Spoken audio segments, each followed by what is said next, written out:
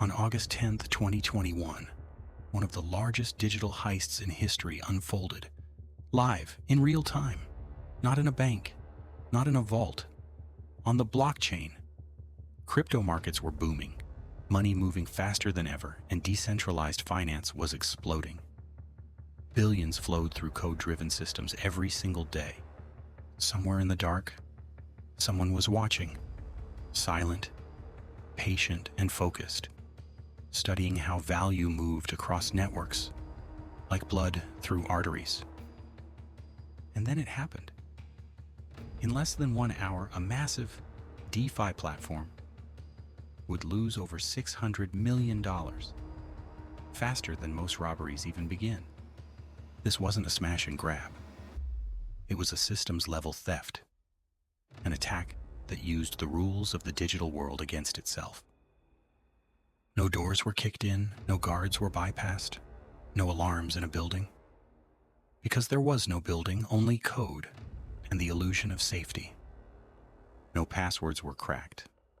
No employee was tricked into handing over access. The usual cybercrime playbook wasn't needed. Instead, the attackers exploited something far more powerful: smart contracts, automated programs designed to move money without human involvement. The system didn't get broken into. The system handed over control because it believed the attacker had permission. And the story gets even stranger, because after stealing the funds, the attackers later returned the money. To understand how that's even possible, you have to understand the world this happened in: decentralized finance, or DeFi. Finance run by networks, not institutions.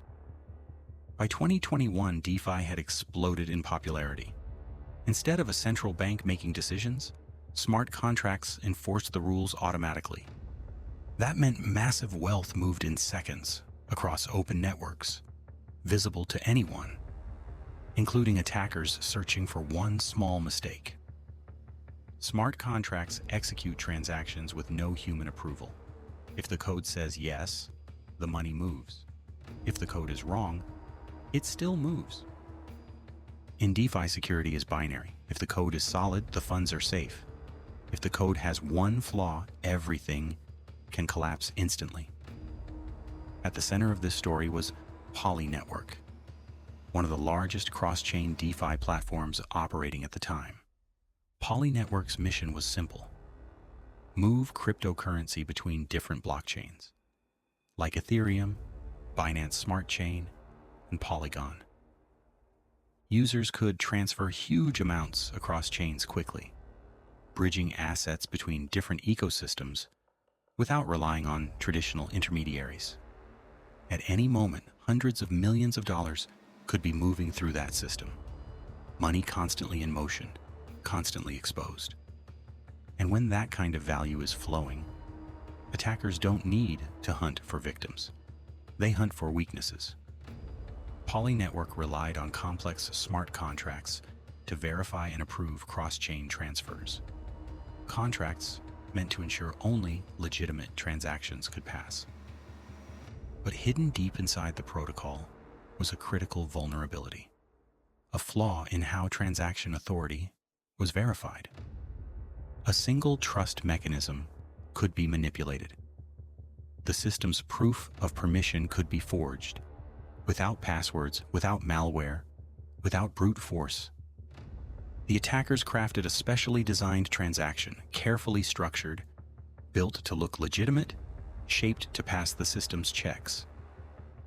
And with that one forged transaction, they could override the authority verification, redirecting assets to wallets they controlled. They didn't need to break in. They didn't need to infect machines. They didn't need stolen credentials. The protocol trusted the transaction. On August 10th, 2021, they executed the plan, launching forged transfers across multiple blockchains nearly simultaneously. Within minutes, massive streams of digital currency began moving out of Poly Network. Fast, smooth, and horrifyingly quiet. On-chain confirmations appeared one after another. The blockchain did what it always does. It recorded the truth, permanently. Wallets drained, treasuries emptied. The funds poured into attacker-controlled addresses like a digital waterfall.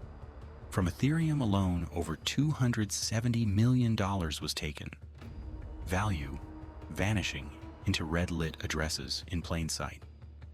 From Binance Smart Chain, over $250 million followed. Another massive stream pulled out through the same exploited logic. And from Polygon, nearly $85 million more was taken, completing a 3-chain extraction. It wasn't one theft. It was 3 coordinated hits: Ethereum, BSC, and Polygon, executed like synchronized strikes. In total, more than $600 million had been moved into wallets controlled by the attackers. And it happened almost silently. No shattered glass, no sirens, just red numbers changing on a screen. But the crypto community noticed quickly. People watching the chain in real time saw something was wrong, and the alarms went public. Blockchain analysts began tracking the stolen funds instantly, mapping addresses, following transactions, watching the money try to move.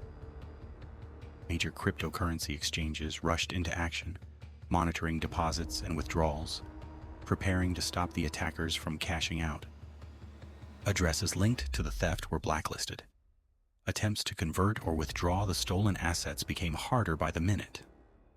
Some transfers were blocked, some doors closed. But on a blockchain, you can't undo a confirmed transaction, only limit what happens next. Security researchers, investigators, and Poly Network's team scrambled, exploit analysis, tracing, containment, everything moving at crisis speed. The digital trail kept expanding. One wallet to another, across chains, across routes, like chasing sparks through a storm.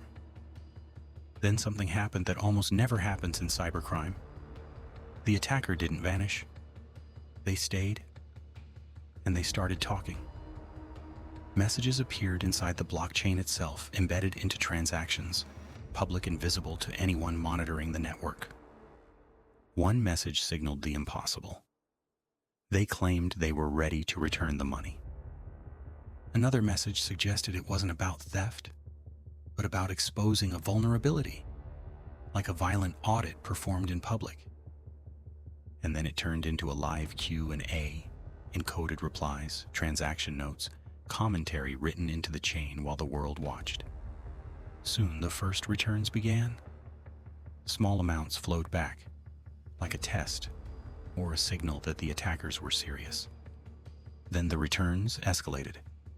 Millions came back. Huge transfers reversed direction, pouring back into addresses tied to Poly Network. Within days, hundreds of millions were returned. One of the most surreal moments in modern cybercrime.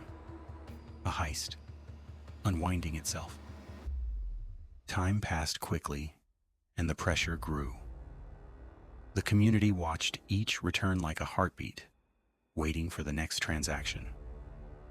Poly Network's pools began to stabilize as the funds returned, value refilling the system that had been emptied. Poly Network even offered a massive bug bounty, around $500,000, and publicly suggested the attacker could work as an advisor.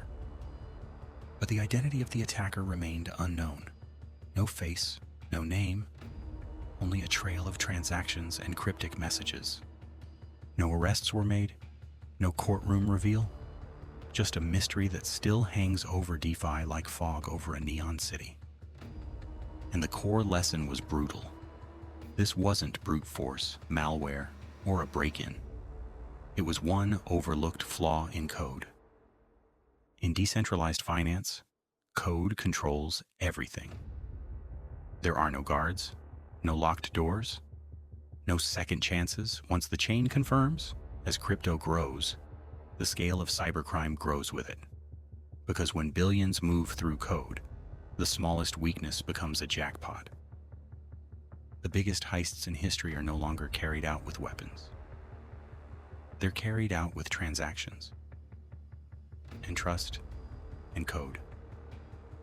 This has been the Cyber Files. Stay alert, stay secure, and remember, somewhere right now, the next breach could already be happening.